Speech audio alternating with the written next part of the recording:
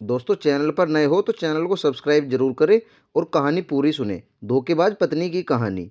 एक परदेश में एक व्यापारी ने प्रेम विवाह किया। हालांकि तब प्रेम विवाह करना कोई छोटी या आम बात नहीं थी, लेकिन फिर भी व्यापारी और उसकी प्रेमिका, जो अब उसकी धर्मपत्नी बन चुकी थी, उनका सच्चा प्रेम देखकर लोगों ने उन्हें स्वीकार कर लिया और लोग उनके प्यार की मिसाल देने लगे।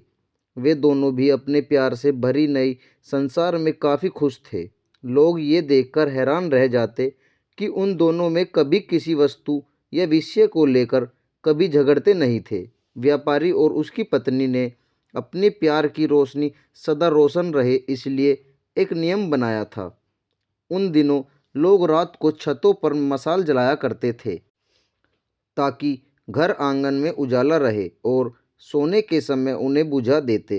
प्रेमी जोड़े ने तय किया था कि वे जब तक साथ रहेंगे तब तक उनके घर की मशाल जलती रहेगी।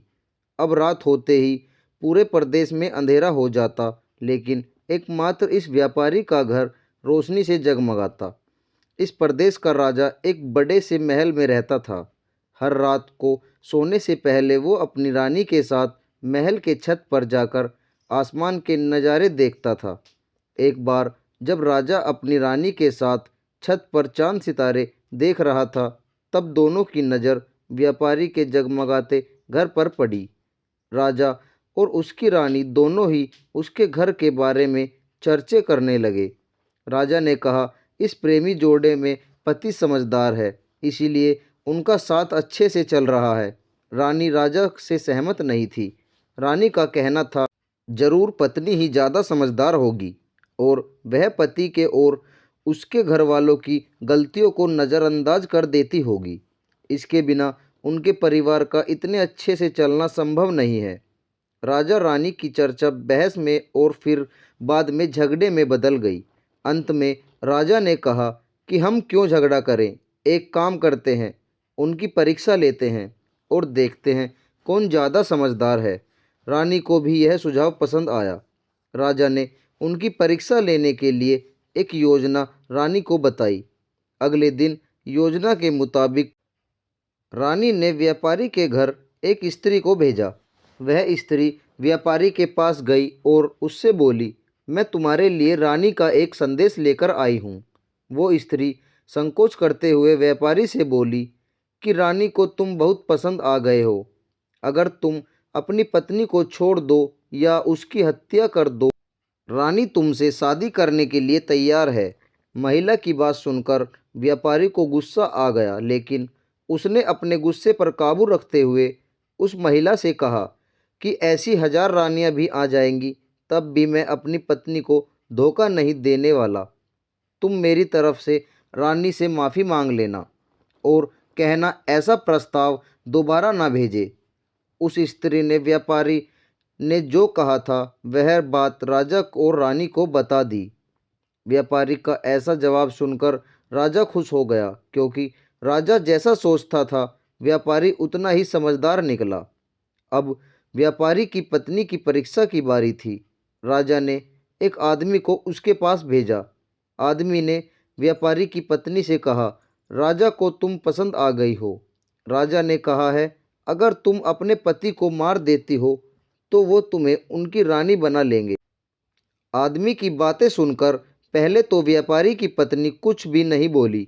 जब आदमी वहां से जाने लगा, तब पीछे से व्यापारी की पत्नी ने कहा कि आज रात को जब मशाल बुझ जाएगी तो समझ लेना कि मैंने अपने पति की हत्या कर दी। राजा के आदमी ने इस घटना का वर्णन राजा और रानी के सामने जाकर किया। राजा को व्यापारी की पत्नी पर काफ़ी गुस्सा आया, लेकिन रानी ने राजा से कहा कि वह सिर्फ ऐसा कह सकती है, कर नहीं सकती। आखिर वह उसकी पत्नी है और प्रेमिका भी। राजा ने तय किया कि व्यापारी को खतरे में नहीं डालना चाहिए, इसलिए राजा ने अपने कुछ सिपाहियों को आदेश देकर उसके घर के पास खड़ा रहने के लिए कहा। राजा ने उनको समझाया कि जैसे ही व्यापारी के घर की मशाल बुझे तो तुरंत उसके घर में घुस जाना और व्यापारी को बचा लेना।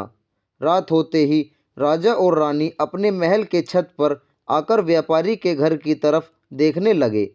आधी रात हो गई लेकिन कुछ भी नहीं हुआ। रानी राजा से कहने लगी, देखा, मैं कहती थी ना कि वो सिर्फ कह सकती है, ऐसा कर नहीं सकती। रानी ने यह शब्द कहे ही थे कि राजा ने देखा कि व्यापारी के घर की मशाल बुझ चुकी है। राजा को व्यापारी की चिंता होने लगी। थोड़ी देर बाद राजा के वह सिपाही जो व्यापारी की सुरक्षा के लिए वहां खड़े थे, राजा के पास आए और उन्होंने राजा को व्यापारी की मौत की खबर सुनाई। राजा ने कहा, तुम्हारे होते हुए व्यापारी कैसे मर सकता है? सिपाहियों ने कहा कि उसकी पत्नी ने दिन में ही जहर दे दिया था और रात को पति के मरने के बाद घर की मशाल बुझाई, इसलिए हम कुछ भी नहीं कर पाए।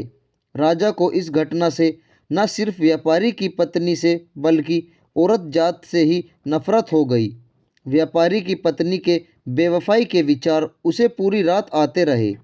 राजा उस रात एक भी मिनट सो नहीं पाया। राजा को इस बात का काफ़ी पश्चाताप हुआ कि उसकी वजह से व्यापारी को अपनी जान गंवानी पड़ी। सवेरे राजा ने अपने एक मंत्री को बुलाया और उसे आदेश दिया कि मैं शिकार करने जा रहा हूँ। जब तक मैं लौटूंगा इस प्रदेश की सभी महिलाओं को गला काटकर मार देना। राजा का ऐसा आदेश सुनकर मंत्री ने राजा को काफ़ी समझाने की कोशिश की, लेकिन राजा उसकी एक भी बात सुनने के लिए तैयार नहीं था और राजा ने उसे धमकी दी कि अगर तुमने यह काम पूरा नहीं किया तो सबसे पहले मैं तुम्हें ही मौत की सज़ा दे दूंगा। राजा ने शिकार पर जाने के बाद मंत्री काफ़ी चिंता में डूब गया। जब मंत्री को कुछ भी नहीं समझ आया तो मंत्री सीधे अपने पिता के घर गया, जो पहले राजा के पिता के यहाँ मंत्री रह चुका था और काफ़ी समझदार था। मंत्री ने अपने पिता को सारी बात बताई। बेटे की बात सुनने के बाद उसके पिता ने उसे कहा कि सबसे पहले तुम कहीं पर छुप जाओ, क्योंकि राजा जब लौटेगा और देखेगा कि तुमने उसका हुक्म नहीं माना है तो वह तुम्हें सज़ा देगा। मैं देखता हूँ, किसी तरह राजा को समझाता हूँ। रात को जब राजा लौटा और उसने देखा कि उसके प्रदेश में सभी महिलाएं पहले की तरह ही अपना काम कर रही हैं, घूम रही हैं, तो उसे मंत्री पर बहुत गुस्सा आया। हर जगह तलाश करने के बाद जब मंत्री नहीं मिला तो राजा सीधे मंत्री के पिता के घर जा पहुंचा। राजा ने मंत्री के पिता से मंत्री के बारे में पूछा। मंत्री के पिता ने राजा को शांत करने के लिए पानी दिया, बैठने के लिए कहा और बाद में राजा से पूछा कि आप क्यों सभी महिलाओं को मारना चाहते हैं। राजा ने व्यापारी वाली पूरी कहानी मंत्री के पिता को बताई। मंत्री के पिता ने राजा से कहा कि आपने जो फैसला किया है मैं उससे सही या गलत नहीं बता रहा हूँ, लेकिन मैं एक छोटी सी कहानी जो मैं जब मंत्री था तब मेरे साथ घटित हुई है वह मैं आपको सुनाता हूँ। उसे सुनने के बाद आप जो फैसला करेंगे वह हम सब मान लेंगे। मंत्री के पिता ने कहा, एक दिन मैं जंगल से गुजर रहा था। अचानक एक नवाबपोश घोड़े पर सवार होकर आया और मुझे बंदी बनाकर घसीटते हुए कब्रिस्तान लेकर गया। वह मुझे एक कब्र के पास लेकर आया। वहाँ पर पहले से एक कब्र खुदी हुई थी और एक सर कटा आदमी उस कब्र में था। उस नकाबपोश ने मुझे उस कब्र में मिट्टी डालने के लिए कहा।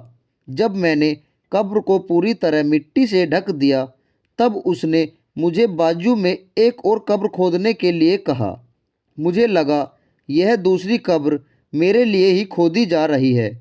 कब्र पूरी तरह तैयार होने के बाद उस नकाबपोश ने अपने चेहरे से नकाब हटाया तो मैं देखकर चौंक गया, क्योंकि वह एक बहुत ही सुंदर महिला थी।